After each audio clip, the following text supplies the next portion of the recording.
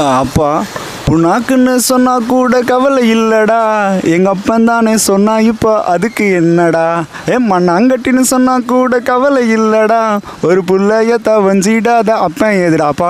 ரொம்ப தேங்க்ஸ்ப்பா. ஃபாதர்ஸ் டே வாழ்த்துக்கள்ப்பா. அவ்வளோதான் ப்ரோ. இது வந்து இந்த பாட்டு வந்து எங்கள் ஃபேவரட் சாங் ப்ரோ.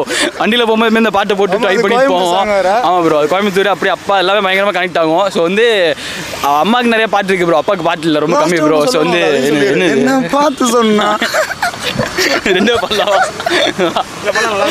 பாடலாம் மண்ணாங்கட்டினா என்ன பார்த்து சொன்னா, என்ன பார்த்து சொன்னா என் கண்ணை பார்த்து சொன்னா அவன் அப்பனாக இல்லைன்னா அடிச்சுன்னு இருக்குவேன். ப்ரோ இது வரைக்கும் வந்து ஃபாதர்ஸ் டேக்கு வந்து அப்பாவுக்கு வந்து விஷ் பண்ணதே இல்லை. விஷ் பண்ணிட்டு நம்ம வந்து நார்மலாக பேசக்கூட மாட்டோம் இல்லையா வீட்டில். ஸோ வந்து பேச வேண்டிய ஒரு மனுஷன் நினைக்கிறேன் அப்பாங்கிறவர். ஸோ அதனால் வந்து ஃபஸ்ட் டே விஷ் பண்ணுறேன். ஹாப்பி ஃபாதர்ஸ் டே அப்பா. இனிய தந்தையர் தின நல்வாழ்த்துக்கள் அப்பா. ஆனால் பாசிட்டிவ் நெகட்டிவ் நல்லா இருக்கும் இல்லையா, அது என்ன விஷயங்கள் அப்படின்னு ப்ரோ? எங்கள் அப்பா எனக்கு கற்றுக் கொடுத்தாருங்கிறத எனக்கு ஃப்ரீயாக விட்டு வளர விட்டார் ப்ரோ. அதான் ப்ரோ. நிறைய விஷயத்தில் எதுங்களாம் எது வந்தாலும் என்னை நிறைய விஷயத்தில் ஃபேஸ் பண்ண விட்டார். நான் தான் முக்கியம்னு நினைக்கிறேன். கற்றுக் கொடுத்ததுன்னா எங்கள் அப்பா நிறைய கற்றுக் கொடுத்துருக்காரு ப்ரோ. ஒன்றா ரெண்டா சின்ன வயசுலேருந்து எங்கள் அப்பா கூட மொட்டை மாடியில் படுத்துட்டு நிறைய கதைகள் நிறைய இதுகள் அதுலேருந்து நிறைய கற்றுக்கிட்டேன். ஸோ அதுக்கப்புறம் வந்து நிறையா டிசிஷன் இல்லை ப்ரோ. எனக்கு ஒரு 18 வயசு 17 வயசு ஆகும்போதே ஃபேமிலியில் இருக்க எல்லா டிசிஷன்லையும் எனக்கு உட்கார வச்சு ஒப்பீனியன் கேட்டு பண்ணதில் வந்து எங்கள் அப்பா வந்து அது ஒரு பெரிய ஸ்பேஸாக இருந்துச்சு. ஸோ அந்த ஸ்பேஸ் இருந்தனால தான் லைஃப்பில் வந்து பல விஷயத்தை வந்து ஃபேஸ் பண்ண முடியுதுன்னு நினைக்கிறேன். ஸோ அந்த ஸ்பேஸ் வந்து கொடுத்தது வந்து ரொம்ப நல்ல விஷயம் நினைக்கிறேன் ப்ரோ. அதான் மெயினாக என்னை வளர விட்டார், அதான் விஷயம். ஓகே. உங்கள் அப்பாவுக்குன்னு ஒரு எய்ம் ஒன்று இருக்கு இல்லையா, மகன் வந்து இப்படி இருக்கணும் அப்படின்னு நினச்சிருப்பாரு. அந்த ட்ரீம்ஸ் அந்த எய்மை நீங்கள் வந்து ஃபுல்ஃபில் பண்ணிட்டீங்களா, கம்ப்ளீட் பண்ணிட்டீங்களா ப்ரோ? அது நான் ஓரளவுக்கு பண்ணிட்டேன்னு தான் நினைக்கிறேன் ப்ரோ. ஓரளவுக்கு பண்ணிட்டேன் தான் நினைக்கிறேன். ஸோ பெருசாக ஒரு எக்ஸ்பெக்டேஷன்லாம் இல்லை ப்ரோ. அவர் சின்ன வயசுலேருந்தே நான் ஃபஸ்ட்டு பையன். ஸோ வந்து ரொம்ப பிளான்டாக தான் இருந்தார். நான் பிறந்து இது இத்தனை இருக்கணும் இப்படி இருக்கணுங்கிற பிளான்டாக தான் இருந்தார். அவரால் முடிஞ்ச அளவுக்கு அவர் எனக்கு எவ்வளோ சப்போர்ட் பண்ணமோ பண்ணி கொடுத்தாரு. ஸோ வந்து அதிலிருந்து அடுத்த இதுக்கு வந்து ஈஸியாக போனேன். ஸோ வந்து அதுக்கு வந்து ரொம்ப நன்றி அப்பா. மறுபடியும் அப்போ வந்து சில்லாக இருங்க சரியா, இனி ஒன்றும் இதெல்லாம் இல்லை, எல்லாமே நல்லா தான் போயிட்டுருக்கு. கொஞ்சம் சில்லாக இருக்கலாம்னு நினைக்கிறேன். ஸோ வந்து நீங்கள் இவ்வளோ பண்ணது எங்களை இவ்வளோ படிக்கச்சே பெரிய அச்சீவ்மெண்ட் தான். ஸோ வந்து அதுக்கு மேலே நீங்கள் பெருசாக எதுவும் சாதிக்கணும், இதுக்கு மேலே எதுவும் பண்ணணும்லாம் நாங்கள் கேட்கல, நாங்கள் இருக்கோம் எல்லாம் பார்த்துக்குறோம். ஸோ வந்து அதான். ஆக்சுவலி எனக்கு எங்கள் அப்பா ரொம்ப பிடிக்கும். அவர் எப்படின்னா எங்கள் ஃப்ரெண்ட்ஸ் மாதிரி தான், அப்பா மாதிரியே இருக்க மாட்டார், ஃப்ரெண்ட்ஸ் மாதிரி தான். நாங்களும் ஜாலியாக அடிச்சுக்கிட்டு விளையாண்டுக்கிட்டு அந்த மாதிரி தான் இருப்போம். சரி, அப்பா அடிப்பாருன்னு சொன்னீங்க இல்லையா, அப்பா அடிச்சாருன்னா அப்போ உங்களோட ரியாக்ட் எப்படி இருக்கும்? எப்படின்னா ஃபஸ்ட்டு அவர் என்னை அடிப்பார். அடிச்சுட்டு நாங்கள் என்ன பண்ண, நான் அழுதுட்டு இருப்பேன். கொஞ்ச நேரம் கழிச்சு அவர் என்ன பண்ணுவார், எங்கள் ரிலேட்டிவ்ஸ்ட்டு போய் சொல்லி அவரும் அழுவார், இந்த மாதிரி என்னோடய பொண்ணை அடிச்சிட்டேன் அப்படின்ட்டு. அதுக்கப்புறம் நார்மலாக என்னை கூல் பண்ணி ஸ்நாக்ஸ் வாங்கி கொடுத்து கூல் பண்ணிடுவார். அந்த மாதிரி தான் இருக்கும். ரொம்ப ஃபன்னாக இருக்கும், ரொம்ப ஜாலியாக இருக்கும். எப்படின்னா நார்மலாகவே ஒரு ஃப்ரெண்ட்ஸ் மாதிரி எப்போவுமே அடிச்சு தான் விளையாண்டுட்டு இருப்போம். நாங்கள் அவர் எனக்கு ஃபோன் பண்ணால் கூட ஊன்ட்டு கத்திக்கிட்டு இருப்போம். அந்த மாதிரி தான் ஏதாச்சும் நாங்கள் பண்ணிக்கிட்டு இருப்போம். அப்பா மாதிரியே இருக்காது, சும்மா ஃப்ரெண்டு மாதிரி அந்த மாதிரி தான் இருக்கும் நார்மலாக. ஓகேங்க்கா. இப்போ அப்பா உங்கள் முன்னாடி அழுகிறாருன்னு சொன்னீங்க இல்லையா, அப்போ அழுகும்போது நீங்கள் அதை எப்படி ஃபீல் பண்ணுறீங்க? எனக்கு ரொம்ப கஷ்டமாக இருக்கும். ஃபஸ்ட்டு எங்கள் அப்பா என்னை அடிக்கிறப்போ ரொம்ப கோவமாக இருக்கும், எதுக்கு அப்பா அப்படி அடிக்கிறாரு அப்படின்ட்டு. அவர் போய் இன்னொருத்தவங்கள்ட்ட சொல்லி அழுகிறப்போ எனக்கு ரொம்ப கஷ்டமாக இருக்கும். அதை நினச்சி என்னை அடித்தது கூட நான் ஃபீல் பண்ணாமல் அவர் அழுகிறத நினச்சி தான் நான் ரொம்ப ஃபீல் பண்ணுவேன். அப்போ உங்கள் அப்பா கிட்டேருந்து நீங்கள் கற்றுக்கிட்ட விஷயங்கள் என்ன அப்படிங்க? ரொம்ப அவர் எங்களை வளர்க்குறது ரொம்ப ஹார்ட் ஒர்க் பண்ணியிருக்காரு. எல்லாமே ரொம்ப கஷ்டப்பட்டு தான் எங்களை வளர்த்துருக்காரு. ஒரு சின்ன விஷயமும் எங்களுக்கு சொல்லி கொடுத்தா எல்லாமே வளர்த்துருக்காரு. இல்லை வீட்டில் இருக்கப்போவே ஏதாச்சும் ஒரு வேலை பாரு, ஏதாச்சும் ஒன்று கற்றுக்கோ, நார்மலாக மற்ற பிள்ளைங்க மாதிரி சும்மா நார்மலாக டிவி பார்த்துக்கிட்டு அந்த மாதிரி இருக்கணும், ஏதாச்சும் ஒன்று கற்றுக்கோ, அந்த மாதிரி ஏதாவது சொல்லுவார். ஃபாதர்ஸ் டேக்கு மோட்டிவேஷனலாக நீங்கள் உங்கள் அப்பாவுக்கு என்ன விஷயங்கள் சொல்லணும்னு நீங்கள் விருப்பப்படுறீங்க? அவர் ஓகே தான், ஆனால் என்னை ரொம்ப அடிப்பார் எல்லோரும் முன்னாடியும். கொஞ்சம் அடிக்காமல் இருங்க டாடி, அடித்தாலும் எனக்கு ஓகே தான், ஹாப்பி தான். இப்போ மாதிரியே எப்போவுமே ஹாப்பியாகவே இருங்க, என் மேலே இருக்க பாசம் எப்போவுமே குறையவே கூடாது, அவ்வளோதான். ஃபாதர்ஸ் டேக்கு உங்கள் அப்பாவுக்கு என்ன சொல்லணும்னு விருப்பப்படுறீங்க? இல்லை, ஆக்சுவலி மற்றவங்க எல்லாருமே அவங்க அப்பா பற்றி சொன்னாங்க. அதெல்லாம் பார்க்குறப்போ எனக்கு ரொம்ப இதாக இருக்கும், கஷ்டமாக இருக்கும். ஏன்னா நான் சின்னதாக இருக்கிறப்பவே என்னோடய அப்பா என்னை விட்டு போயிட்டாங்க. அவங்க இப்போ என்னோட இல்லை. ஆனால் மற்ற பொண்ணுங்கள்லாம் இந்த மாதிரி ஆசைப்பட்டெல்லாம் கேட்பாங்க, எங்கள் அப்பா இப்படி பண்ணாங்க அந்த மாதிரி எல்லாம் சொல்லுவாங்க. அதெல்லாம் பார்க்குறப்ப கொஞ்சம் ஆசையாக இருக்கும், நம்மளுக்கும் இந்த மாதிரியெல்லாம் எதுவுமே கிடைக்கலையே அப்படி சொல்லிட்டு கொஞ்சம் கஷ்டமாக இருக்கும். ஓகே இருந்தாலும் அம்மா பார்த்துக்கிறாங்க, ஸோ அதனால எதுவும் ப்ராப்ளம் இல்லை. அம்மா அக்கா நாங்களாம் ஹாப்பியாக இருக்கோம். சரி, எல்லாரோடைய அப்பாவுக்குமே ஹாப்பி ஃபாதர்ஸ் டே. என்னோட டேடிக்கும் நான் சொல்லிக்கிறேன். Okay, thank you. இன்னொரு விஷயம் தான் அப்படின்னா உங்கள் அப்பா கிட்ட நீங்கள் செல்ல பிள்ளையா சில விஷயங்கள்லாம் கேட்பீங்க இல்லையா, இதை பண்ணி கொடுங்கப்பா, இதை வாங்கி கொடுங்க, இதை செஞ்சு கொடுங்க அப்படின்னு கேட்பீங்க இல்லையா, அது எந்த விஷயம் அப்படின்னு நீங்கள் கேட்பீங்க? நாங்கள் என்ன கேட்போம்னா, இப்போது என்னோட அம்மா வந்து இப்போது ரொம்ப கஷ்டப்படுறாங்க. ஸோ அதனால அவங்க வந்து ஹாப்பியாக வச்சுக்கணும். அவங்க இருந்திருந்தாங்கன்னா அப்பா கண்டிப்பாக இவ்வளோ கஷ்டப்பட விட மாட்டார், நல்லா பார்த்துப்பாரு. ஸோ அது மட்டும்தான் நான் எங்கள் டேடிகிட்ட கேட்பேன். எங்கள் அம்மா வந்து ரொம்ப கஷ்டப்படுறாங்களா, நானும் அக்கா 2 பேர் இருக்கோம். எங்கள் 2 பேரை தனியாக தான் படிக்க வச்சு ஃபுல்லாகவே அம்மா தான் பார்த்துக்கிட்டாங்க. ஸோ என்னோட டேடி இருந்திருந்தால் அவ்வளோ கஷ்டப்பட்டுருக்க விட்டுருக்க மாட்டார். அவர் இருக்க வரையுமே எங்கள் அம்மாவை இவ்வளோ கஷ்டப்பட விட்டதில்லை. என்னோட ஆசை அது மட்டும்தான், எதுவும் இல்லை. பிரதர், தந்தையர் தினத்துக்கு உங்கள் அப்பாவுக்கு நீங்கள் என்ன சொல்லணும்னு விருப்பப்படுறீங்க? அதாவது இப்போ தந்தையர் தினம்னு சொல்லும்போது எனக்கு தந்தையர்னு சொன்னோன்னே எங்கள் அம்மா ஞாபகம் தான் வருது. காரணம் என்னென்னா, அம்மாங்கிற சாணத்தையும் அப்பாங்கிற சாணத்தையும் ஒரே பெண்மணி என் தாய் தான் சுமக்கா எனக்கு தெரிஞ்ச அளவு. ஏன்னா நான் பிறந்தலேருந்து என்னை வளர்த்தது ஆளாக்குனது ஃபுல்லாகவே எங்கள் அம்மா. அப்பாங்கிற ஒரு பாசத்துலேயோ ஒரு வாசனத்துலேயோ நான் வளர்ந்தது கிடையாது. அம்மாங்கிற ஒரு வீர பெண்மணி, அதாவது எல்லாருமே அவங்க பெண்மணி வீர பெண்மணி, இவங்க வீர பெண்மணியாங்க. என் தாய் தான் என்னை பொறுத்தளவு ஒரு வீர பெண்மணி. நான் தந்தையாராலும் சரி தாயினாலுமே அந்த ஒரு 2ம் சேர்த்து கொண்டுட்டு வர்ற ஒரு இனமுன்னா தாய் தான் என்னை பொறுத்தளவு. நான் பிறந்ததுலேருந்து இது வரைக்கும் எங்கள் அப்பா இதில் நான் வளர்ந்தது கிடையாது. இருந்தாலும் அம்மா தான் என்னை பொறுத்தளவு. இருந்தாலும் தந்தையர் தின நல்வாழ்த்துக்களை தெரிவித்துக் கொள்கிறேன். சரி, ஓகேங்க. இப்போ உங்கள் அம்மா வந்து தந்தைக்கு தந்தையா ஒரு எப்படி நண்பனுக்கு நண்பனா அப்படி வந்து உங்கள் கூட பழகி உங்களை இந்த நிலைமைக்கு வந்து கொண்டு வந்திருக்காங்கல்ல. இப்போ உங்கள் அம்மாவுக்குன்னு தனியாக ஒரு எய்ம் ஒன்று இருக்கும், அதாவது ட்ரீம்ஸ்னு ஒன்று இருக்கும். என் பையன் இப்படி இருக்கணும், இந்த மாதிரி படிக்கணும், இந்த மாதிரி லெவலில் எல்லாம் வரணும் அப்படின்னு நினச்சிருப்பாங்கல்ல. அது என்ன ட்ரீம்ஸ் அப்படின்னு? அதாவது எங்கள் அம்மாவுக்கு எத்தனை ட்ரீம்ஸ் இருக்கும், படித்து ஒரு ஆளாகி நல்ல ஒரு கவர்மெண்ட் வேலைக்கு போய் என்னை பார்க்கணும்னு. ஆனால் எங்கள் அம்மாவுக்கு அத்தனை ட்ரீம்ஸ் இருந்தாலும் என்னுடைய தனி வழியிலே விட்டுட்டாங்க. நீ எப்படி உனக்கு என்ன இதில் நீ போகணும், அரசியல்வாதியாக போகணுமா, படிக்கணுமா, உனக்கு என்ன கூப்ஸ் இருக்கோ அதை நீ எடுத்துப்போ, எனக்கு வேண்டி நீ ஆக வேண்டாம் அப்படின்ட்டு இருக்காங்க. ஆனால் என்னை பொறுத்தளவு நான் என்ன நினைக்கும்னா, இத்தனை வருஷம் கஷ்டப்பட்டு ஓடி உழைச்சி எங்கள் அம்மா என்னை கஷ்டமாக வளர்த்துருக்காங்க. நான் வந்து ஒரு வேலைக்கு போய் என்னுடைய காசால் அம்மா ஒரு பொருள் எடுத்துக்கோங்க, அதை விலை பார்க்காம நீங்கள் எடுங்க. அந்த பொருளை இப்போ ஒரு சேலை எடுக்க போகிறாங்க, அதில் விலை நீ பார்க்க வேண்டாமா, 1 லட்ச ரூபா இருந்தாலும் நீ எடுத்துக்கோமா அப்படிங்கிற அளவுக்கு நான் வளரணும்னு நான் ஆசைப்படுறேன். நீங்கள் சொல்கிறீங்க இல்லையா, இந்த மாதிரி வளரணும்னு ஆசைப்படுறீங்களா, இந்த மாதிரி பொருள் வாங்கி கொடுக்கணும்னு ஆசைப்படுறீங்க. அப்படி ஏதாவது பொருள் வாங்கி கொடுக்கணும் அப்படின்னு நினச்சிங்கன்னா என்ன பொருள் வாங்கி கொடுக்கணும்னு நீங்கள் நினைக்கிறீங்க? நான் பிறந்தலேருந்து எங்கள் அம்மா கழுத்தில் இது வரைக்கும் ஒரு சங்கிலி, அதாவது ஒரு செயின் கூட போட்டதில்லை கோல்டில். பொதுவாக நான் பிறந்த ஒரு வேலைக்கு, அதாவது ஒரு வேலைக்கு நான் ஏறணும்னா எங்கள் அம்மாவுக்குன்னு என் கையால் ஒரு 5 பவுனில் ஒரு தங்க செயின் எடுத்து போடணும்னு ஆசைப்படுறேன். கண்டிப்பாக. இப்போ உங்கள் அம்மா கிட்ட இருந்து நீங்கள் கற்றுக்கிட்ட நல்ல பாசிட்டிவான விஷயம், நெகட்டிவான விஷயங்கள் நிறைய விஷயங்கள் எல்லாம் இருக்கும் இல்லையா, அது என்ன விஷயங்கள் அப்படின்னு சொல்கிறீங்களா? அந்த எங்கள் அம்மா வந்து நிறைய உழைப்புகள் இருக்குது, ஆனால் ஒரு 3 விஷயத்தால் சொல்லி முடிச்சிடலாம். உண்மை, உழைப்பு, உயர்வுங்கிற மாதிரி தான். அவங்க வந்து அதாவது எங்கள் அம்மா என்ன சொல்லி அவங்களுக்கு வயிறு பசிச்சாலும் அதை மறைச்சிட்டு எனக்கு சோறு ஊட்டி வளர்த்ததெல்லாம் இருக்குது. எங்கள் 2 அக்கா, நான் ஒரு 3 பேர். எங்கள் 2 அக்கா, ஒரு அக்காவுக்கு இப்போ கல்யாணம் முடிஞ்சிருச்சு. ஆனாலும் எங்கள் அம்மா கஷ்டப்பட்டு அந்த கல்யாணத்தை முடிச்சு வச்சுருக்காங்க. அது எங்கள் ஊரில் யார்கிட்ட கேட்டாலுமே தெரியும். எங்கள் அம்மா பேர் செல்வி. இப்போ நான் ஆளானதுக்கு இப்படி நான் இருக்கிறதுக்கு என் தாய் தான். அதுக்கு தான் நான் முதல்ல நான் நன்றியை சொல்லணும். எந்த ஊர்னா? எனக்கு வந்து சொந்த ஊர் வந்து திருநெல்வேலி. ஓகே. இப்போ உங்கள் அம்மா நீங்கள் தந்தைக்கு தந்தையாக இருந்து உழைச்சி எங்களை காப்பாற்றிருக்காங்க அப்படின்னு சொல்கிறீங்க இல்லையா, இப்போ உங்கள் அம்மாவோட கண்ணிலேருந்து சில நேரங்களில் கண்ணீர்கள் வரும். அதெல்லாம் பார்க்கும்போது உங்களுடைய மனசு எப்படி நீங்கள் அதை நினைக்கிறீங்க, அது எப்படி தோணுச்சு உங்கள் மனசுக்குள்ள, எப்படி ஃபீலிங் வருது? இந்த பாயிண்ட் தான் நான் எதிர்பார்த்தேன். அதாவது எங்கள் அம்மாவில் கண்ணீர் வருதுல, நாளைக்கு என் பிள்ளைக்கு நான் இப்படி கண்ணீர் வர விட்டுறக்கூடாது. அதாவது நான் வந்து என் பிள்ளைக்கு ஒரு நல்ல தந்தையாக இருக்கணும். நான் என்னத்தெல்லாம் அனுபவிக்கலையோ அது என் குழந்தைக்கு நான் கொடுத்து அனுபவிக்கணும். அப்பான்னு சொல்லி கையை பிடிச்சி நடக்கிறதுக்கு நான் இது வரைக்கும் நடந்ததில்லை. அதனால் என் குழந்தைய அந்த இடத்துல அப்பா இல்லையே, அதாவது அந்த இடத்த அதை எல்லாமே சேர்த்து நான் என்னத்தில் அனுபவிக்கலையோ அதெல்லாம் என் குழந்தைக்கு அனுபவிக்க வைப்பேன். ஓகே. உங்கள் அம்மாவுக்கு நீங்கள் இந்த நேரத்தில் வந்து என்ன நன்றி கடன் படணும்னு ஆசைப்படுறீங்க? எங்கள் அம்மாவுக்கு இந்த இடத்துல எங்கள் அம்மா செஞ்ச உழைப்பு தியாகத்துக்கு எதுவுமே இந்த உலகத்தில் நன்றி கடனே ஈடாகாது. ஆனால் எங்கள் அம்மாவுக்கு நான் என்ன ஒரு சொல்ல வாரமுன்னா, இனி வருங்காலத்தில் அம்மா நான் உன்னை கஷ்டப்படாமல் பார்த்துக்கிடுவேன். நான் கண்டிப்பாக நீ நினைக்கிற மாதிரி நல்ல ஒரு வேலைக்கு போய் உட்காந்து உன் கண்ணீரை தொடச்சி நான் ஒன்றா இருப்பேம்மா. இதான் இந்த இடத்துல சொல்கிறது. ஆமாம். உங்கள் அம்மாவுக்கு நீங்கள் விஷ் பண்ணிடுறீங்களா? ஆமாம். அம்மா, இந்த நேரத்தில் நான் கண்டிப்பாக வேலைக்கு போவேன். நீங்கள் செஞ்ச இந்த உழைப்பு உயர்வுக்கெல்லாம் நான் கண்டிப்பாக வேலைக்கு போவேன். இதே மாதிரி அம்மா கொடுத்ததுக்கு நான் கொடுத்து வச்சுருக்கணும். உங்கள் அம்மாவுக்கு நீங்கள் என்ன கிஃப்ட் பண்ணணும்னு ஆசைப்படுறீங்க பிரதர்? எங்கள் அம்மாவுக்கு நான் என்ன கிஃப்ட் பண்ணணும்னா என் படிப்பு.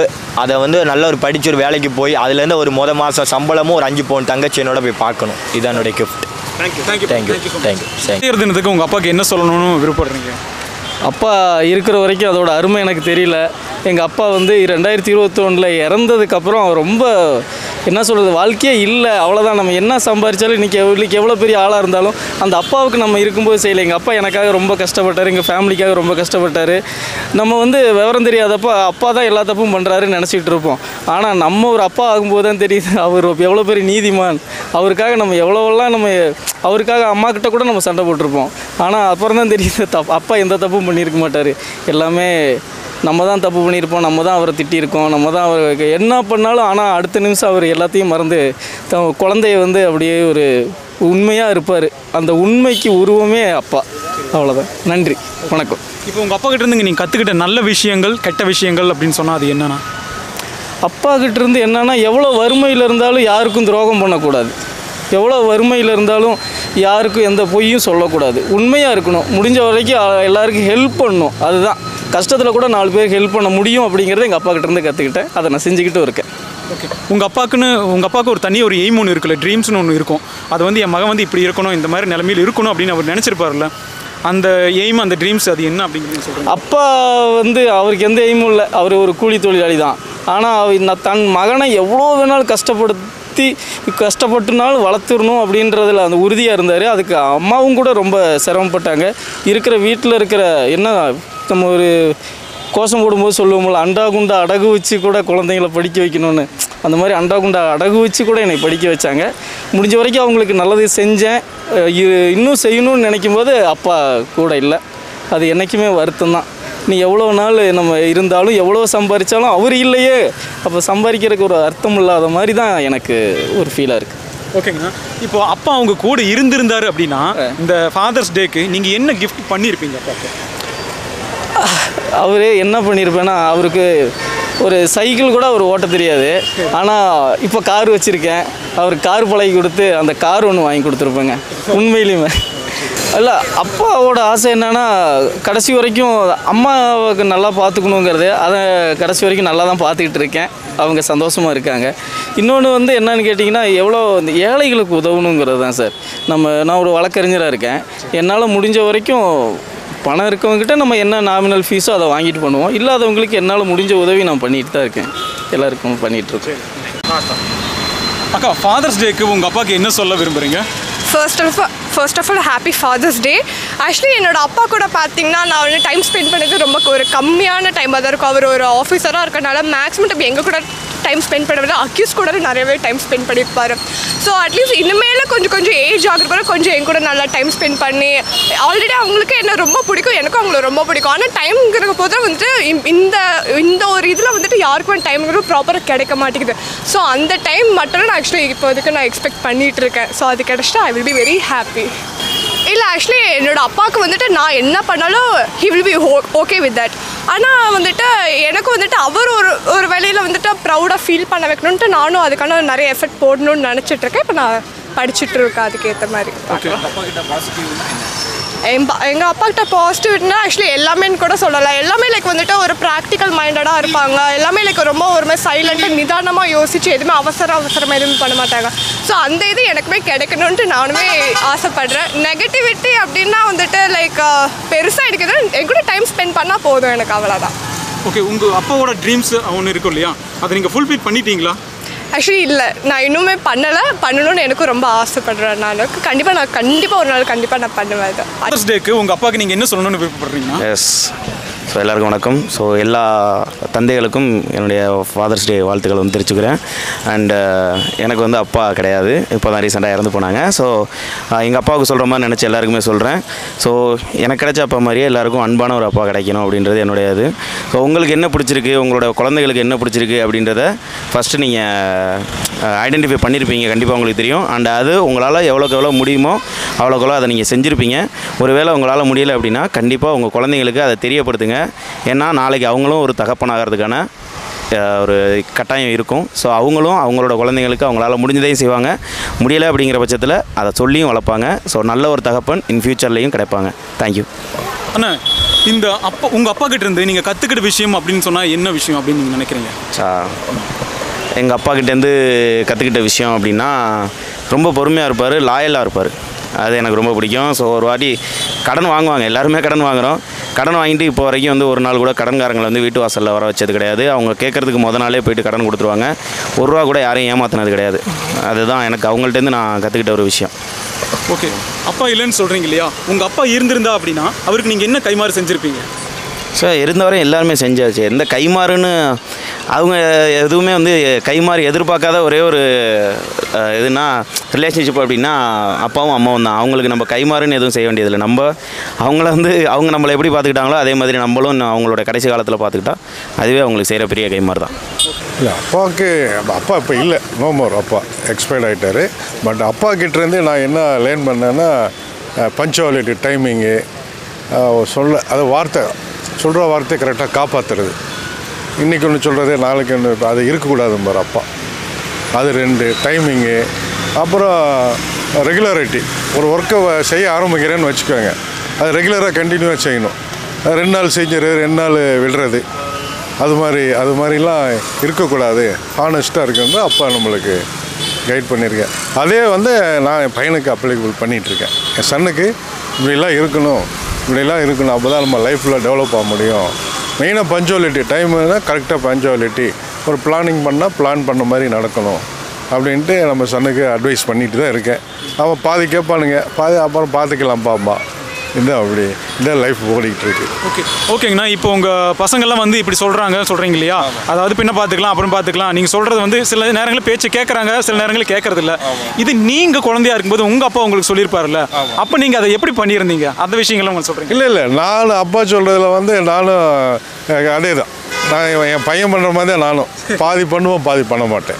இந்த சேம் ஃபேக்டர் தான். அது அப்படி நம்மளுக்கு ரிஃப்ளெக்ட் ஆகுது. ஆனால் இப்போ தான் அதை ரியலைஸ் பண்ணுறோம்.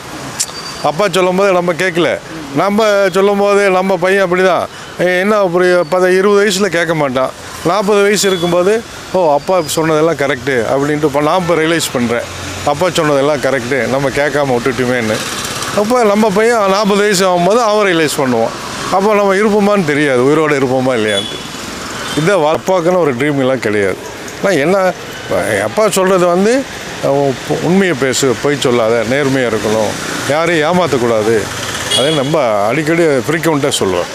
அப்படி உங்கள் அப்பா உண்மையை பேசு, பொய் சொல்லக்கூடாதுன்னு சொல்லியிருக்காருன்னா, அப்போ நீங்கள் ஏதாவது சின்னதாக போய் ஏதாவது சின்ன விளையாடல் பண்ணியிருப்பீங்க இல்லையா, அந்த மாதிரி ஏதாவது பண்ணியிருக்கிறீங்களா? உங்கள் அப்பாட்ட ஏதாவது அடி வாங்கியிருக்கிறீங்களா? இல்லை, அப்பா கிட்டே நான் அடியெலாம் வாங்க மாட்டேன். அப்பா கிட்ட பொய்யெல்லாம் சொல்லியிருக்கேன்.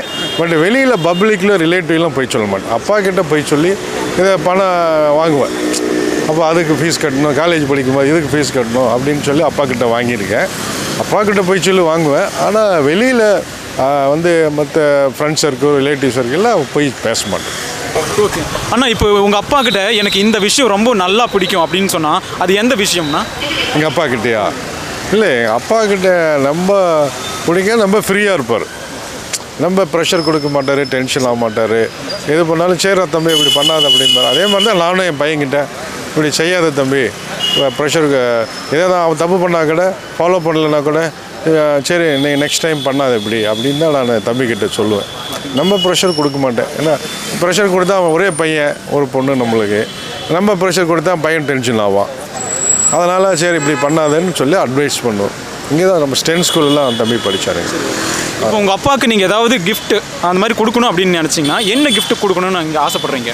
எங்கள் அப்பாவுக்கு கிஃப்ட்டு கொடுக்கணுன்னா அவருக்கு ரொம்ப பிடிச்சது வேஷ்டி, ஃபுல் ஹேண்ட் வேஷ்ட்டு, ஜரிய வேஷ்டி, ஃபுல் ஹேண்ட் ஷர்ட்டு, ஒயிட்டு. அதுதான் அவர் ரொம்ப ரெகுலராக லைக் பண்ணி போடுவார் அப்பா. அப்புறம் ஃபுல்லாக பீடி குடிப்பார். எங்கள் அப்பா பாக்கெட்டாக பீடி குடிப்பார். கணேஷ் பீடி அப்போ இருந்து.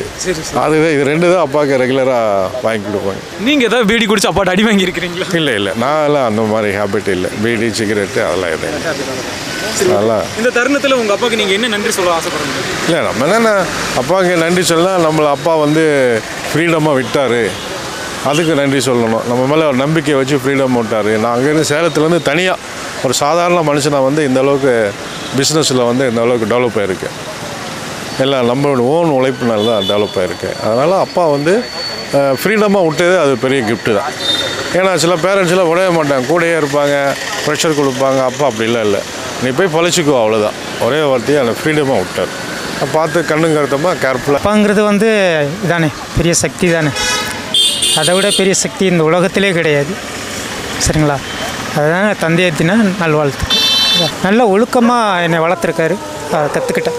அப்பாவோட ஆசைகளை ஃபுல்ஃபில் பண்ணிட்டீங்க? அது நிராசை தான். எங்கள் அப்பா வேறு மாதிரி நினச்சாரு, நான் பிஸ்னஸ் வழியிலே போயிட்டேன்.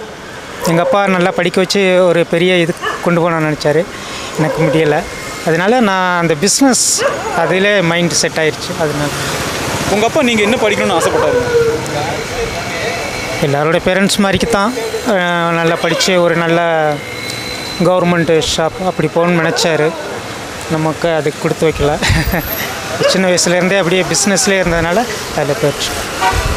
உங்கள் அப்பா கிட்ட உங்கள் அப்பாகிட்ட இருந்து நீங்கள் கற்றுக்கிட்ட நல்ல விஷயம் அப்படின்னு சொன்னால் என்ன நல்ல விஷயம்? எங்கள் அப்பா கிட்ட இருந்து கற்றுக்கிட்ட விஷயங்கள்னா, எங்கள் அப்பாவுக்கு எந்த பழக்கம் கிடையாது, மது பழக்கம், புகைப்பழக்கம் இதெல்லாம் கிடையாது. அவர்கிட்டருந்து நான் அப்படியே கற்றுக்கிட்டேன். நல்ல ஒழுக்கமாக வாழ்ந்தார். அதே மாதிரி நானும் அதே ஃபாலோ பண்ணி அப்படியே. Happy Father's Day. Thanks for being with me throughout my life and guide me throughout my life. I love you. As a டாட்டராக நான் கண்டிப்பாக சொல்வேன், இன்றைக்கி நான் வந்து ஒரு காலேஜில் ப்ரொஃபஸராக இருக்கிறேன் because of my father. So behind every successful women there is a மேன்னா அது கண்டிப்பாக ஃபாதராக தான் இருக்க முடியும். அதனால் ஃபாதர் வந்து நல்லதாக கிடைக்கிறதெல்லாம் அந்த சில்ட்ரனோட gift. At the same time இன்றைக்கி வந்து ஃபாதர்ஸ் டே நாளைக்கு இருக்கிறதுனால I want to remind all of them என்னென்னா, இன்றைக்கி அந்த ரெஸ்பான்சிபிலிட்டி எடுக்கிறதுக்கு எவ்வளோ ஒரு ஃபாதர்ஸ் இருக்கிறாங்க. As the days goes by பார்த்திங்கன்னா, என்னோடய ஃபாதர் எல்லாம் ரொம்ப ஓல்டு, மேபி அரவுண்ட் 1993 இறந்துட்டார். ஸோ இன்றைக்கி ஃபாதர்ஸ்னு பார்க்கும்போது எவ்வளோ பேர் அந்த ரோலை ப்ராப்பராக பண்ணுறாங்க, whether they are taking responsibility as a father அப்படின்றது ஒரு பெரிய கொஷின் மார்க்காக இருக்குது. மேபி ஒரு 5% ஐ கேன் சே தட் அவங்க பண்ணுறாங்க நல்லா. மிச்சவங்க எல்லாருமே வந்து டுவெல் டாஸ்கில் வந்து நம்ம எஸ்பெஷலி தமிழ்நாடு ஃபாதர்ஸ் ரொம்ப கம்மியாக தான் ரெஸ்பாண்ட் பண்ணுறாங்க. பீயிங் அ சைக்காலஜி ப்ரொஃபஸர் என்கிட்ட வர கவுன்சிலிங் வச்சு நான் சொல்கிறேன், மென்னோட ரோல் ஹேஸ் டு இம்ப்ரூவ். ஏன்னா அந்த காலத்தில் வந்து எம்பவர்டு விமன் அப்படின்னு இல்லாமல் மோஸ்ட்லி ஹவுஸ் ஒய்ஃபாக இருந்ததுனால they were able to take the dual role in family. ஆனால் இன்றைக்கி அவங்களும் வேலை பார்க்கும் பொழுது இந்த ஃபாதர்ஸ் டேயில் இருந்தால் அவங்க அண்டர்ஸ்டாண்ட் பண்ணிக்கணும், நம்மளும் equally have to share in taking care of the children. குழந்தைங்கன்னு வரும்பொழுது நீங்கள் இப்போ ரீசன்ட் ரிசர்ச் கூட சொல்லுது, ஆக்சுவலி மதர்ஸ் வந்து வேலைக்கு போயிட்டு வந்து நைட்டில் கிடைக்கிற லீஷர் டைமில் சில்ட்ரனை பார்த்துக்கிறதும் சமைக்கிறதும் தான் அவங்களுக்கு டைமாக இருக்குது. ஆனால் fathers they go out with their friends, have some time, relaxed and come back. அதனால் அந்த மாதிரி நிலைகள்லாம் மாறி குழந்தைங்களை வளர்க்குறதுல அவங்களோட ரெஸ்பான்சிபிலிட்டி இருக்குது அப்படின்னு சொல்லிட்டு ஃபுல்லி கமிட்டடாக இருக்கணும். இதை ஒரு மெசேஜை நான் இந்த ஃபாதர்ஸ் டேக்கு இங்கே இருக்கிற எல்லா மென்னுக்கும் நான் டெடிகேட் பண்ணுறேன். And wishing all a happy fathers day. Actually நீங்கள் வந்து பழைய ஃபாதர்ஸ்க்கு இன்றைக்குள்ள ஃபாதர்ஸோட மேபி ஆட்டிடியூட் டுவர்ட்ஸ் சில்ட்ரனும் கேட்குறீங்க. ஸோ ஏர்லியர் டேஸ் பார்த்தீங்கன்னா parents especially fathers are the head of the family and he was highly respected and அவரும் அதுக்கு தகுந்த மாதிரி நடந்துக்கிட்டாங்க. ஸோ ஃபாதர்ஸ் பார்த்தீங்கன்னா அவங்க தான் ப்ரொடெக்டர் ஆஃப் த ஃபேமிலின்னு they were protecting the family. But இன்றைக்கி பார்த்தீங்கன்னா as நம்ம globalization so everybody thinks as individual, அந்த respect is not given by the children to the parents. Very sorry to say that. ஆனால் இன்றைக்கி generation அப்படி தான் இருக்கிறாங்க. எனக்கு எல்லாம் தெரியும், அந்த மொபைல்லேருந்து எல்லா விஷயத்தையும் கேதர் பண்ணுறதை வச்சுட்டு லைஃபே என் கையில், ஐ கேன் அண்டர்ஸ்டாண்ட். ஸோ பேரண்ட்ஸ்க்கெல்லாம் அவ்வளோவா தெரியாது. ஈவன் த அவுட் சைட் வேர்ல்டில் நீங்கள் எந்த ஜாபில் இருந்தால் கூட எல்லாருமே ரெஸ்பெக்ட் பண்ணுவாங்க. But when it comes to family, children think that எனக்கு உங்களை விட நிறையா தெரியும், நீங்கள்லாம் பழைய காலத்து ஆளுங்க, அதுக்கு மீறி நீங்கள்லாம் பூமர் அங்கிள்ஸு, பூமர் ஆன்டிஸ்னு அந்த கொடுக்க வேண்டிய ரெஸ்பெக்டை அவங்க கொடுக்கறதில்ல. ஸோ ஏதாவது ப்ராப்பராக அவங்களோட லைஃப் எக்ஸ்பீரியன்ஸில் சஜஷன் சொன்னால் கூட they are not ready to take it. So இன்றைக்கி பார்த்தீங்கன்னா ரெண்டு சைட்லையுமே they have a barrier. So parents என்ன பண்ணுறாங்க, நம்ம ஏன் அப்படி ஒரு ரிலேஷன்ஷிப்பை வளர்த்தி அந்த மாதிரி நம்ம ஸ்ட்ரகிள் ஆகணும், நம்ம வேலையை பார்க்கலான்னு சொல்லிட்டு அந்த ஒரு கண்ட்ரோல்லே விட்டுட்டு போயிடுறாங்க. And children also facing lot of problems. ஏதாவது ஒரு இஷ்யூன்னு வந்த பிறகு தான் நினைக்கிறாங்க, ஐயோ நம்ம ஃபாதரோட இன்ட்ராக்ட் பண்ணி இருந்திருக்கலாம், இன்னும் கொஞ்சம் சப்போர்ட்டிவாக இருந்திருக்கலாம்னு சொல்லி நினைக்கிறாங்க. பட் ஆனால் அந்த இதை வந்து ரொம்ப கேப்பிங்க்கு கொண்டு வந்துடுறாங்க present generation. But previously father was the ultimate in every one's family and he was the hero of the family. Maybe இந்த ரிலேஷன்ஷிப்பை இன்னும் கொஞ்சம் டெவலப் பண்ணுனா ஃப்யூச்சர் ஜென்ரேஷனுக்கு இட் வில் பி பெட்டர். சொசைட்டிக்கும் values will understand and it will come out in a better way. Okay, thank you. இந்த தருணத்தில் உங்கள் அப்பாவுக்கு நீங்கள் என்ன நன்றி சொல்லணும்னு நினைக்கிறீங்க? ஆக்சுவலி என்னோடய அப்பா மேலேருந்து பார்த்துட்ருப்பேன்னு நினைக்கிறேன். So might be he'll be very happy. என் பொண்ணு வந்து நான் என்னோடய ட்ரீம்ஸை ஃபுல்ஃபில் பண்ணிட்டான்னு கண்டிப்பாக அவர் நினைப்பார். And every day and every minute நான் இன்றைக்கி இப்படி இருக்கிறேன்னா எங்கள் அப்பாவோட வளர்ப்பு தான். Every time he says biologically both are ஈக்குவல்னு. ஸோ லைஃப்பில் எவ்வளோ ப்ராப்ளம்ஸ் வந்தாலும் எங்கள் டேடியால் தான் I am able to overcome all that and I am also able to bring up my children in a proper way. Actually அதனால தான் நான் வந்து அதை டோட்டலி இக்னோர் பண்ணினேன். Because he was not a good example for my children. என்னோட சில்ட்ரனை 1 இயரில் விட்டுட்டு போயிட்டாரு. ஸோ அதனால தான் ஃப்யூச்சர் ஜென்ரேஷன் சொல்கிறேன், when it comes to single parent, it is life is even more tough. அதனால தான் fathers வந்து even though you don't like your wife or liking your wife is different, ஆனால் அப்பா ரோலை கண்டிப்பாக ப்ளே பண்ணணும். Maybe for my children he left 1 இயரில், இன்றைக்கு வரைக்கும் he was not very supportive. அதனால தான் I didn't want to tell about the husband. But as a father அவங்க வந்து கண்டிப்பாக வந்து ஒய்ஃபோட டிவோர்ஸ் ஆனால் கூட குழந்தைங்க கிட்ட ஃபாதர் ரோல் கண்டிப்பாக பண்ணி தான் ஆகணும். அந்த கமிட்மெண்ட் எடுக்க முடியலன்னா பெட்டர் டோன்ட் கெட் மேரிட், தனியாகவே வாழ்ந்துட்டு போயிடுங்க. கல்யாணம்னு ஒன்று பண்ணுனா அந்த கமிட்மெண்ட்குள்ளே வந்துட்டா you have to be a good husband and a good father. சரி, குட் ஹஸ்பண்டாக இருக்க முடியல, 2 பர்சன்ஸ் ஃப்ரம் டிஃப்ரெண்ட் ஃபேமிலிஸ்னால் கூட பரவாயில்ல, பட் ஃபாதர் ரோலை கண்டிப்பாக எல்லாருமே பண்ணணும். நம்ம குளோபலைசேஷன் சொல்கிறோம், ஆனால் ஃபாரினில் எப்படி 3 days to the mother and 4 days to the father, இல்லை 4 days to the mother 3 days to the fatherன்னு எது கொடுக்குறாங்கன்னா 2 பேரோட role is very important in a person's life. So without father சில்ட்ரனுக்கெல்லாம் நிறைய பீயிங் கவுன்சிலர் நான் பார்க்குறேன், நிறைய children are getting affected. Especially அந்த பாய்ஸ் வளரும்பொழுது they want a male figure as a model. அப்போ அது இல்லாத போது அந்த missing will be always there. So நீங்கள் இன்றைக்கி இருக்கிறவங்க எல்லாருமே அதை புரிஞ்சுக்கிட்டு என்ன உங்கள் ஒய்ஃப்க்கோ ஃபேமிலிக்குள்ளே மிஸ் அண்டர்ஸ்டாண்டிங் வந்தால், ஆனால் be a father to your kids. So this is also one of the message I want to tell for the Father's Day. First thing ரொம்ப மிஸ் பண்ணுறேன். லாஸ்ட் இயர் பிஃபோர் 2 years ஆக போகுது அப்பா தவறி. So அந்த time நான் கூட இல்லை. கடைசியாக அதுக்கு முந்தின நாள் தான் சண்டை போட்டுட்டு வீட்டிலேருந்து வெளியில் வந்து சரி ஒர்க் போகலாம் அப்படின்ட்டு கிளம்பி வந்தேன். ஸோ அதுக்கப்புறம் அவரை பார்க்க முடியாது அப்படின்ற தாட் எனக்கு வரல. ஸோ இன்றைக்கி கரெக்டாக எனக்கு இன்றைக்கி தான் தெரியும் ஸோ தந்தையர் தினம் வருது அப்படின்னு. ஸோ இந்த டைம் எங்கள் அப்பாவை மிஸ் பண்ணுறேன். Same like that happy fathers Day. So எல்லாருக்குமே தெரியும் அந்த டைம் அவர் தவறுனப்போ வந்து நிறைய பேர் கூட இருந்தாங்க. பட் நான் ஆஸ் அ சன்னை நான் இல்லாமல் போயிட்டேன் அந்த இடத்துல. ஸோ அது எனக்கு ஒரு வருத்தம் தான் கண்டிப்பாக. ஓகே, அப்படி அந்த நேரத்தில் நீங்கள் இருந்திருந்தீங்க அப்படின்னா நீங்கள் என்ன பண்ணியிருப்பீங்க உங்கள் அப்பாவுக்கு? ஆக்சுவலாக அது மெடிக்கல் ஆக்சுவலாக ஒரு ஸ்ட்ரோக் மாதிரி தான் வந்து கூப்பிட்டு போயிருந்தது. ஆக்சுவலாக அதுக்கு முன்னாடி வாரம் தான் வந்து சரி ஒரு தடவை செக்கப் போகலாம் அப்படின்னு பார்த்துருந்தோம். கூப்பிட்டு போக முடியல. ஸோ அந்த இடத்துல இருந்திருந்தால் ஏதோ நான் ட்ரை பண்ணியிருப்பேன். அந்த இடத்துல அம்மா மட்டும்தான் இருந்தாங்க, அவங்களுக்கும் எதுவும் பெருசாக இடம் தெரியாது. ஸோ நான் இருந்திருந்தால் கொஞ்சம் ட்ரையாச்சும் பண்ணியிருப்பேன். எங்கேயா அட்லீஸ்ட் எவ்வளோ செலவு பண்ணுறேன், கூப்பிட்டு போய் ஏதோ ஒரு நல்ல ஒரு மல்டி ஸ்பெஷலிஸ்ட் ஹாஸ்பிட்டலில் கூப்பிட்டு போய் ஏதோ செக் பண்ணி அட்லீஸ்ட் உசுரோட ஏதாச்சும் கூப்பிட்டு வந்து உட்கார வச்சிருப்பேன். எனக்கு கூட எதுவும் வேலைக்கு எதுவும் போக நான் பக்கத்துலேயே இருங்க அப்படின்னாச்சும் உட்கார வச்சிருப்பேன். அந்த டைம் எல்லாம் இல்லாதனால இப்போ எனக்கு அது ஒரு பக்கம் உறுத்தலாகவே தான் இருந்துகிட்ருக்கு இப்போ வரைக்குமே. இல்லை ஸோ கூட இருந்திருக்கலாமா அப்படின்ட்டு. சரி, ஓகேங்கண்ணா. இப்போ உங்கள் அப்பா கிட்ட இருந்து நீங்கள் கற்றுக்கிட்ட விஷயம் அப்படின்னு என்ன? அப்பா கிட்ட இருந்து கற்றுக்கிட்ட விஷயம்னா எங்கள் அப்பா வந்து ஆக்சுவலாக டெக்னிக்கலாக ரொம்ப ஸ்ட்ராங். எந்த ஒரு விஷயம் பண்ணுறதா இருந்தாலும் தெளிவாக இல்லைன்னா அதை செய்யாது அப்படின்னு ஒரே வார்த்தையை முடிச்சிடுவார். சண்டே எங்கள் அப்பாவுக்கு எனக்கு அதுதான் வரும், காலையில் எந்திரிடா ஏதாவது பண்ணுடா அப்படின்னுவார். ஸோ இந்த டைம் இப்போ நான் ஒர்க்கு ஸ்டார்ட் பண்ணும்போது எனக்கு சொன்ன விஷயங்கள் என்னோடய மேனேஜராக இருக்கட்டும் என்னோடய அப்பாவாக இருக்கட்டும் செய்கிற வேலையை கரெக்டாக செய்யணுவாங்க. அந்த டைம் எனக்கு தெரில. இப்போ நான் தான் குடும்பத்தை பார்க்கணுன்னும் போது இப்போ புரியுது. ஸோ நான் பார்த்துக்கணும் அப்படின்னு. இப்போ தான் எனக்கு எங்கள் அப்பா பண்ணிட்டு இருந்தது ஒரு விஷயம் செய்கிற விஷயங்கள் எங்கள் அப்பா தெளிவாக எல்லாமே செய்வார். பிளான் படி ஒர்க் பண்ணுறோமா அது தெளிவாக அதில் முழு மூச்சாக செய்வார். அது என்கிட்ட இப்போ ஓரளவுக்கு இருக்குது. அப்படிங்களா? சரி, ஓகே. உங்கள் அப்பாவுக்கு அப்புறம் நீங்கள் அந்த ரெஸ்பான்சிபிலிட்டி கையில் எடுத்துக்கிட்டீங்க இல்லையா? இப்போ நீங்கள் அதை பற்றி என்ன ஃபீல் பண்ணுறீங்க? ஸோ ஆஸ் ஆஃப் நான் இன்னும் நான் ஃபுல்லாக எடுக்கலை. ஏன்னா எங்கள் அப்பா பார்த்துக்கிட்ட வரைக்கும் இன்னும் ஒரு 10% கூட நான் முழுசாக பார்த்துக்க முடியாது. ஏன்னா அவ்வளோ விஷயங்கள் இப்போ ஒரு ஏதோ ஒன்று சாப்பிட்ணுன்னா கூட உடனே அது வந்துடும். இப்போ நானாக வந்து பர்ஸில் முதல்ல காசு இருக்கா எல்லான்றதை நான் பார்க்கணும். நான் ஒரு 20,000 சம்பளம் வாங்குறேன்னா 20,000 நான் பாதி பிரித்து தான் வைக்கணும். எங்கள் அப்பா அப்படி இல்லை. வர காசு இருக்குதோ இல்லையோ நான் கேட்டால் உடனே எங்கள் வீட்டுக்கு வந்துடும். அது நான் இன்னும் ஃபுல்ஃபில் பண்ணலன்னு தான் நான் சொல்லுவேன். யாருக்கும் எந்த கெட்டதும் பண்ண மாட்டார். எல்லாருக்கும் அந்த ஊரில் இருக்கிறாரு அப்படின்னா எல்லாருக்கும் பிடிச்சவராக இருந்தார். ரெண்டாவது செலவு பண்ண மாட்டார். மேக்ஸிமம் தேவையில்லாத செலவுகள் எங்களுக்கு ஒன்றுனா இல்லை மற்றவங்களுக்கு ஏதாவது உதவினா பண்ணுவாரே தவிர நான் இப்போ பண்ணுற மாதிரி ஏதாவது ஊர் சுற்றுறதுக்கு அதெல்லாம் பண்ணவே மாட்டார். முழுக்க குடும்பத்துக்கு நான் உட்காந்துட்டுன்றவர். ஸோ அந்த விஷயங்கள் நான் கற்றுக்கணும். இப்போ வரைக்கும் ட்ரை பண்ணிகிட்ருக்கேன். இவ்வளோ பிரச்சனையிலையும் இன்றைக்கி வரைக்கும் நான் இருக்கிறேன் அப்படின்னா எங்கள் அப்பாவோட அந்த தைரியம் கொடுத்த தைரியம். ரெண்டாவது அவரோட அந்த நல்ல மனசு தான் எனக்கு இன்றைக்கி வரைக்கும் எத்தனை பேர் எனக்கு ஒரு சப்போர்ட்டாக. ஏன்னா எவ்வளோ பிரச்சனைகள் வந்துச்சு, எத்தனையோ பேர் எனக்கு சப்போர்ட்டாக எங்கெங்கேருந்து வந்தாங்க. அதுக்கான முழு காரணமும் என்னாலேயோ கடவுளாலேயெல்லாம் கிடையாது, எங்கள் அப்பா தான்.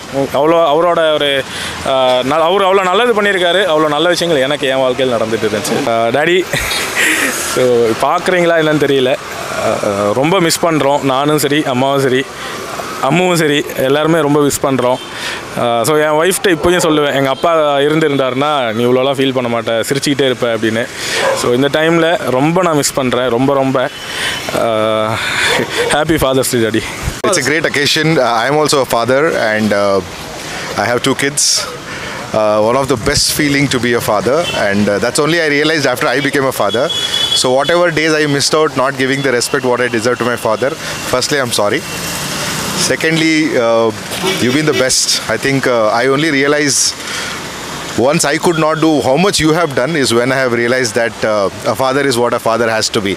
And with all due respects to you, I really love your father.